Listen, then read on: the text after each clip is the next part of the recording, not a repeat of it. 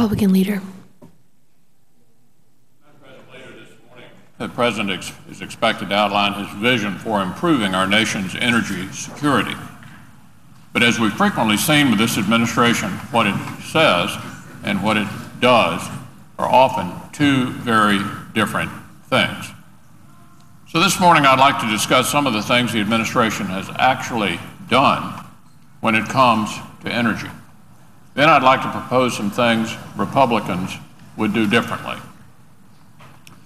It should go without saying that Americans are ready for action on this issue. With average gas prices approaching $4 a gallon in most parts of the country, growing uncertainty and unrest in the Middle East, and a jobs crisis here at home, Americans want the President to outline a serious plan today that will make us less dependent, not more, on foreign sources of oil, and which stimulates job creation here.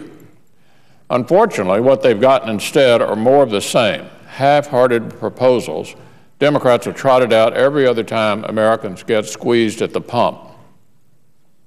Instead of facing the problem of higher energy prices head-on, Democrats are once again paying lip service to those concerns with fake solutions that only aim to distract people from what they're really up to. So it's my hope the President changes that tune today. But I'm not holding my breath, because we've seen how this plays out many times before.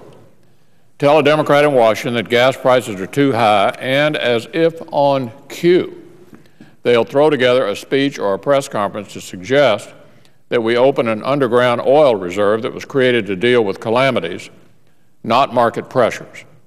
They'll take you on a tour of some alternative car plant that promises to have one of its $100,000 prototypes to market 25 years down the road, or they'll quietly release some report to the media about how energy companies really aren't working hard enough to extract oil, while schizophrenically claiming American reserves are minuscule and that more production isn't the problem. This last item is a perennial favorite of our friends on the other side. The idea here is to somehow blame energy companies for not producing enough energy on their own.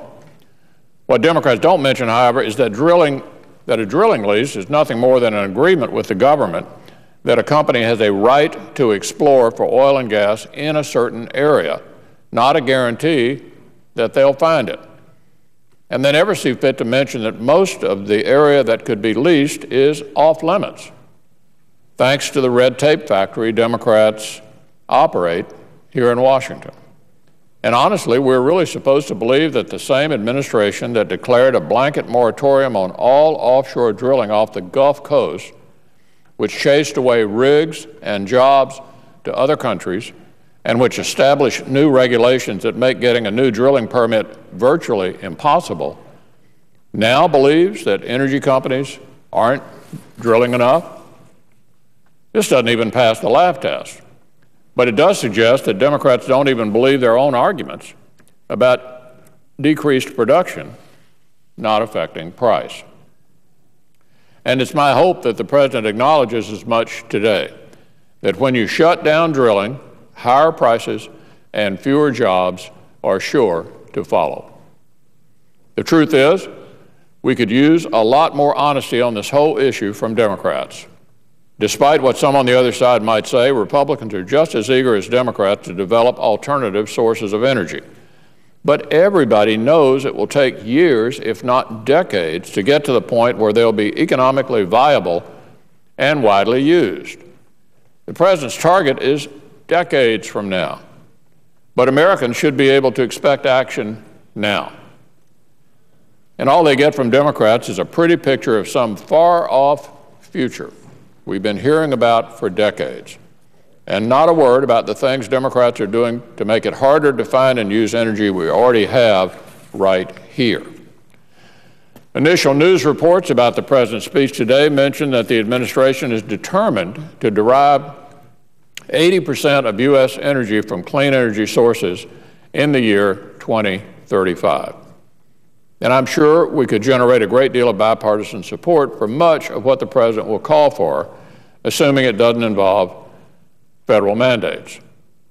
But what does any of this have to do with the crisis at hand? the crisis right now. The guy who's trying to make ends meet wants to know what you're going to do for him today, not 24 years from now. But of course, the administration doesn't have anything to say to that guy because the administration's energy policy isn't really aimed at him. If it were, then the administration would be locking down domestic energy sources. It wouldn't be looking to pass new regulations through the EPA that will impose a national energy tax on every business, large and small. It wouldn't be telling our allies in Brazil that while it's great that they've found oil off their coast, those who want to search for oil off our coast and on our mainland can't. In other words, it's great that the Brazilians are drilling offshore, but not so good that we are. And I wouldn't be telling job creators in the energy industry to look elsewhere. In his remarks today, the President is also expected to call for decreasing imports of foreign oil. Yet just last week, he told Brazilians that he hopes America becomes a major customer of Brazilian oil. Well, which is it? Which is it, Mr. President? Clearly, on this issue, the President is telling people what he thinks they want to hear. Over the past 2 years, the administration has undertaken what can only be described as a war on American energy. It's canceled dozens of drilling leases. It's declared a moratorium on drilling off the Gulf Coast. It's increased permit fees. It's prolonged public comment periods. In short, it's done just about everything it can to keep our energy sector from growing. As a result, thousands of U.S. workers have lost their jobs as companies have been forced to look elsewhere for a better business climate. Consider this. Just 3 of the areas we could tap in Alaska are thought to hold enough oil to replace our crude imports from the Persian Gulf for nearly 65 years. So the problem isn't that we need to look elsewhere for our energy. The problem is that Democrats don't want us to use the energy we have. It's enough to make you wonder whether anybody in the White House has driven by a gas station lately. No, the crisis we face is immediate, and it requires immediate action. And that's why Republicans have come up with 2 concrete proposals that will have a positive practical effect. 2 things we can do to give Americans relief, job creators a reason to hire, and make all of us less dependent on foreign sources of oil. First, let's increase American energy production by cutting the red tape and opening up areas that the administration has either temporarily blocked, stalled, or closed off to production. And let's block any new regulations that will drive up production costs for energy, including the administration's proposed new EPA regulations on carbon emissions. The first proposal is guaranteed to create jobs by unlocking our energy resources. The second has been described as one of the best proposals for growth and job creation to make it onto the Senate docket in years. And let's be clear, the alternatives being offered by the other side are nothing more than a face-saving exercise aimed at allowing senators who aren't serious about this issue to mislead their constituents into believing that they are.